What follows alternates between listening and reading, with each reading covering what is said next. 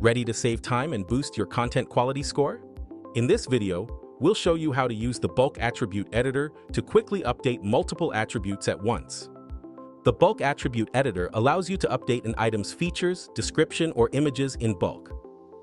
Optimizing your attributes can help enhance your content quality score, which is one of the key components in your overall listing quality score. To get started, select the Create Spreadsheet button on the Listing Quality dashboard. Use the filters to determine which products you want to focus on. You'll then choose the spec category and product type you want to filter by. Once you choose the product type, choose the attributes you want to update in bulk. After selecting your filters and attributes, select Create Spreadsheet to generate your file. When your spreadsheet is ready, you can go to the Activity feed to view it.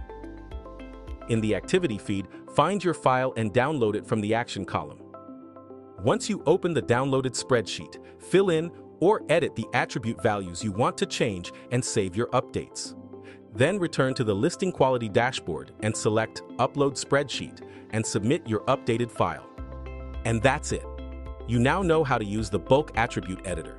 Don't forget to watch our other Seller Academy tutorials to keep learning.